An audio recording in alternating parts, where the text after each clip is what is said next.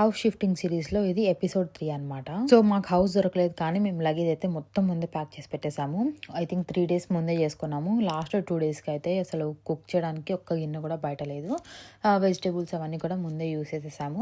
And స్నానం కూడా లేదు బికాస్ బట్టలన్నీ ముందే ప్యాక్ చేసేసాము.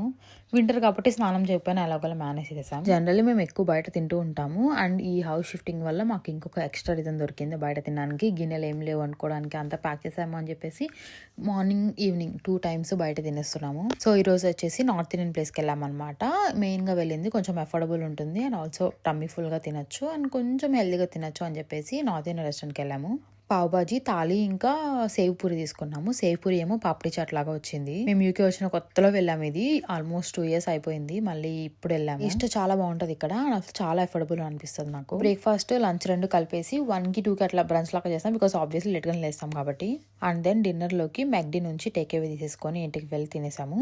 So that's it for this video. Thank you so much for watching.